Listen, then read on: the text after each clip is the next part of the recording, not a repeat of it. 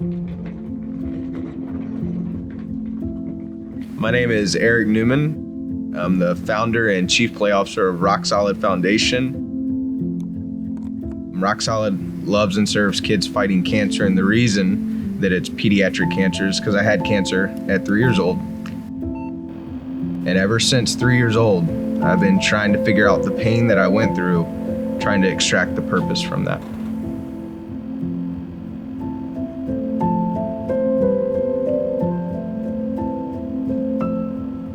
My hair coming back in and already. Sherry.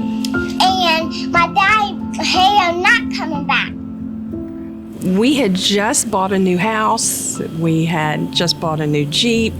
And so life was good. He'd been promoted. I'd been promoted. Everything was good. We were on a wave of success. And then we went to the doctor, and then within a week, our whole life was changed. It was just turned upside down. Well, it started out as a very normal day. We got up, and I had to take him for his 3-year-old physical. Dr. Cox said, "Come here, boy. I'm from the old school. Let me feel your stomach." And so he put him up, and he kept filling and filling and filling. And finally he said, "His liver's enlarged. Has any of the other pediatricians mentioned that?" He said, "Well, I really think it's nothing, but I have to have it checked out." Dr. Bird saw us for the first time. She examined him, and she said, "There's something there. We need to admit him." We had scans and x-rays and blood work done, and that was on a Monday. And on Wednesday, they decided to have to do surgery. He was in surgery for about 7 hours. Well, we were in denial. So once we were admitted to the hospital, I knew something was there, but I was thinking a cyst. I was not thinking the C word. The nurse came out, I'll never forget. I looked at her right in the eyes, and I said, "Is it cancer?" And she looked at me with tears in her eyes, and she said, "The doctor will be out to talk with you shortly." And so then we knew. I don't know exactly how many years later, but I was second child, 3 years old when I was diagnosed. And then my dad's sister, second child, 3 years old, her name's Shannon, and she was diagnosed with leukemia at 3. And then a couple years later, my dad's brother, second child, was diagnosed with an inoperable brain tumor. I remember walking down the stairs and my grandparents getting into the limo and burying my 5-year-old cousin. After graduating high school, then I started a lawn care company, and then I was going back and forth to some a community college. And I remember getting a phone call. My mom told me that Shannon's leukemia had come back with a vengeance. So the day she was laid to rest, I remember I argued with God in that moment. I was like, he made a mistake. I should have been the one that died, not Shannon. And I remember I was just pissed. And I always growing up, oh, God doesn't make mistakes. I was like, well, he did on this one. That was probably the last day for about 12 years that cancer ever came out of my lips. I swore to throw it away, and I honestly did feel like it was coming back to get me. Started the lawn care company, did fairly well with that. Then I started a construction company, did really good with that. 2008 happened, and that was they deem it one of the worst economies since the Great Depression. And I ended up losing everything. And when I say everything, it's like a country song. I lost my girl, lost my trucks. I had to move back in with my mom and dad. Went to my bank and saw how much I had in my bank account, and I had close to $1,500, give or take. Cashed in, went to one of the grocery stores and dumped all my change into one of the bins, and I cashed out, and I went to Costa Rica.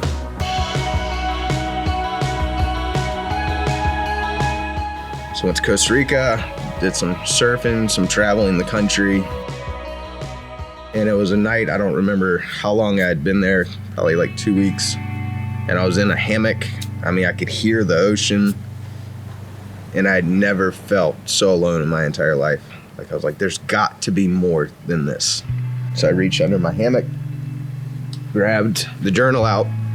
This time I just opened to the center of the page of the journal. It's almost like putting my hand to the pad and it just came out like hope. That's it. And I'm like, what the hell does that mean? And I would just like, I would circle it and then I would try to write something else. And it's like, nah, this is it. No, there is nothing else. I was like, nah, that's not right. So every day I would come back and circle it. That was the only thing I wrote in that journal. I wanted to write and articulate what like I was feeling and I just couldn't. I was angry, but I had this little word. I'd love to tell you like I hopped on an airplane, came right home, but that was not the case. I ran out of money. My mommy and daddy had to fly me home. And so one of my buddies knew that I was a cancer survivor because I grew up with him. And he was like, hey man, have you ever thought about throwing a fundraiser for the local children's hospital? I was like, no. Because I was fixated, like it was all about me. Through an event, we raised close to $7,000 for the local children's hospital. By doing that, the hospital found out I was a childhood cancer survivor and asked me to come present a check. I was sitting there waiting my turn. I see a little kid coming around the corner, running fast. Attached to him was the IV pole. And attached to the IV pole was the mama bear, running as fast as she could to keep up with him. Kid was bald as a cue ball. And this kid, lo and behold, I'm like, please don't stop, please don't stop, please don't stop. Right in front of me. And he's like, what are you doing? I don't have a badge on, probably in flip-flops. And so the mom could tell that I wasn't with everybody else. She's like, who are you? And why are you sitting right here? And I remember looking at her. And for the first time, I just started telling her my story of having cancer. I looked just like this kid. And I kept talking. It's like I was saying all this stuff. I have no idea what I'm saying, but I felt a breath of fresh air for the very first time in a very, very long time. But it didn't come out as pain. And that was the part I didn't understand. And she looked at me and she said the thing is that changed my life forever. You give me and my husband hope that my son will be sitting in your seat one day. In that moment, everything changed. That word hope, it just kept ringing and ringing. By the end of that conversation, I left the second floor of that hospital, got to my car. I couldn't breathe. I was sobbing. And when I say like ugly, like sobbing. And I get in there, and then this moment, like it wasn't huge transformation, but I felt a building block. Well, maybe this is what I'm supposed to be doing. I'm supposed to take my pain, and it's now gonna become my purpose. And in that moment, everything changed. I had no idea what I wanted to do, but I knew that there was a family walking into something, that I had a little nugget, that it would almost be disrespectful if I didn't do something. Now, what that something was, I don't know. I was completely broke. I'd been painting houses. I'd been pouring concrete, any type of small construction jobs I could get my hand on. One of my good buddies, Keith, called me up. I'd been doing some odds and end jobs for him, and he called me up and asked if I would build a playset. I brought my dad with me because he was free labor. I needed the money. 2.5 hours in, I'm like, I quit. And my dad was like, you can't quit. I'm like, yes, I can. Watch me. And he said, look in the window. And as soon as I looked over into the window, I saw this little girl. All I saw was her nose and her eyes and a little blonde hair on top. My dad was like, she's been there the entire time.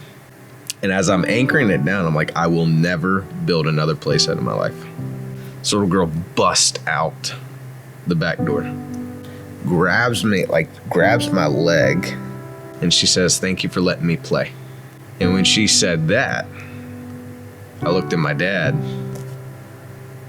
I was like, I think I'm supposed to build playsets for kids fighting cancer.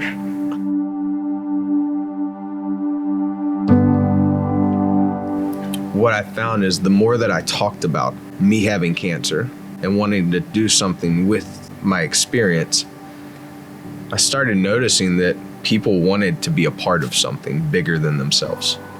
We ended up raising close to $3,500 to build this play set for this beautiful little girl. The day of the pre-build, that was Friday, I woke up and it was pouring down rain. And I was like, all right, this is my excuse to quit, because I was petrified. In that moment, I looked out and I saw all these people. There's about 30 people. They showed up pouring down rain for one common thing: to build a play set for a beautiful little girl, Jillian Jeske. Well, a local nonprofit surprises a Portsmouth child fighting leukemia with a brand new playground this afternoon. 4-year-old Jillian gladly goes down on her brand new slide, as you can see right there. The group Rock Solid Foundation met Jillian and her family last year, and they started hitting the streets, selling donuts and collecting money for Jillian's place. Rock Solid Foundation tells us that this was their first family that they've helped, but they hope to bring joy to many more children who are fighting cancer. The first 3 that we built were 3 little girls that we built for, and it rained torrential downpours every single time. But the same people kept showing up. The 3 things that we had beer, pizza, and t-shirts. And it changed the world. I saw this very similar situation to what it was at the hospital. This bald little boy at a run-walk thing. And I see this little boy run past me and follow this little kid. And it happened to be Jackson Benson. I look at his mom, Jessica, and I ask her, I'm like, can we build your son a playset? And she says, okay. They just had so much energy and passion for building this playset in our backyard. And it kind of felt like we had won the lottery or something. I didn't realize when we came in the backyard there would be so many people there. I mean, we had invited people, but just seeing all the blue shirts in the backyard was pretty cool. But he took a couple steps and paused and looked at the playground, and then he just took off for it. And I remember on Jackson's build, it grabbed the monkey bars. And I was like, oh, we gotta grab them. But Jessica said, no, you don't. And that kid just hung there. And I knew that there was something special about that kid. The playset was amazing. The playset was something that was just for Jackson and met him where he was in his treatment. It was a sign of hope for us that we could have a normal life one day, that he would be outside playing and we wouldn't have chemo or radiation or a central line or any of that. I think it can give them something to look forward to, because you don't want to look at what's happening, going on, thinking about the pain that it's causing you. You want to be able to look forward and have something to play on, and that you know is going to be there for you. I think it was very stressful, and they didn't know if they were going to have their firstborn kid stay alive, and if they were going to be able to see them graduate and be able to see the basic life that a kid would have. Kids are still kids, so play was a big thing, whether in bed or when you're feeling more well in your own backyard. I asked my mom, what's the one thing she remembered on the day I was diagnosed? She didn't want to talk about it. No, I don't blame her, right? No mom wants to go back there intentionally, right? You try to block some of that stuff out. And she told me, she was tapping on the desk. She's like, you know what? I remember that our world was flipped upside down, but your dad had to leave me to go get my clothes in a bag, and he forgot half of the stuff that I needed. And I looked at her, I was like, well, what if we could eradicate that moment from the face of this earth? What if we provided a bag for kids fighting cancer that the hospitals could give them when that news happened? We were able to build for a little guy named Brian. I was able to go to the hospital to meet him. We never forget, because it was my daughter's birthday. It was in April 28, 2015.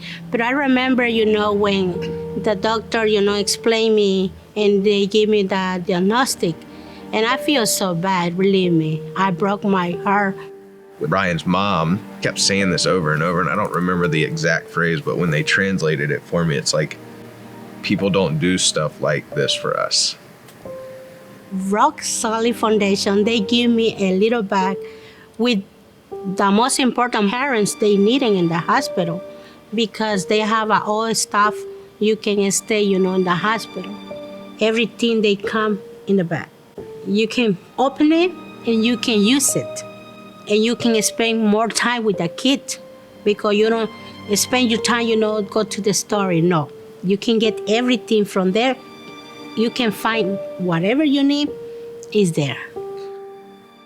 When Brian, he received, that playset, he played every single day, and he smiled. He enjoyed the park. Built for him, got put into remission. They ended up, one way or another, they switched locations where they were living, and then he relapsed again. And I called Eric and I said, Eric, I moved to different house. Can I move the part? And he said, no. Brian, he need another part. And believe me, he had a second opportunity for Rock Solid Foundation. He'd be exciting. And then about 9 months later, the mom called me. I was sitting down for a video shoot. I was mic'd up and my phone just kept blowing up. I answered it and he's like, I need you to come pray for my baby. Took the mic off, walked out, and I was able to go with this family. And I was able to pray for this family. But it's very hard to see your baby go back to the hospital. But I want to say, I'll never be alone. I have a great family there. And most, I say thank you to Eric, because he was a great person in my life. 9 months later, my man ended up losing the battle to cancer. He was hermoso hijo que Dios me regaló por 9 años. Y pues le doy gracias a Dios porque fue lo mejor que Dios me dio. We were able to get through all of that darkness of cancer by just building a playset. But it also showed that we cared. And I say it all the time, but it's bigger than a playset. Brian Guevara fue un niño muy guerrero y sobre todo fue un niño muy feliz. Gracias a la Fundación Rock Solid, que es la palabra, porque significa una gran familia. Una familia que hizo sonreír a mi hijo y a todos los niños que están en los hospitales con dolor. Y gracias a la Fundación que dan parques para niños, les ayuda demasiado a no sentir dolor, a sentir simplemente la alegría de sentirse felices. Y gracias a todos ustedes por darnos la felicidad de todos los padres de ser feliz y ver feliz a nuestros hijos.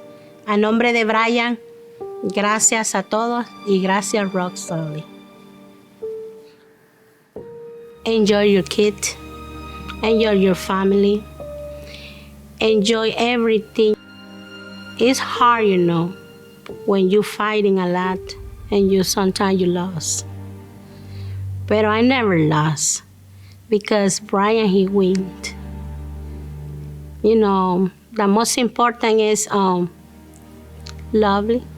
Everybody love. It doesn't matter if you feel pain, no. Continue and be strong.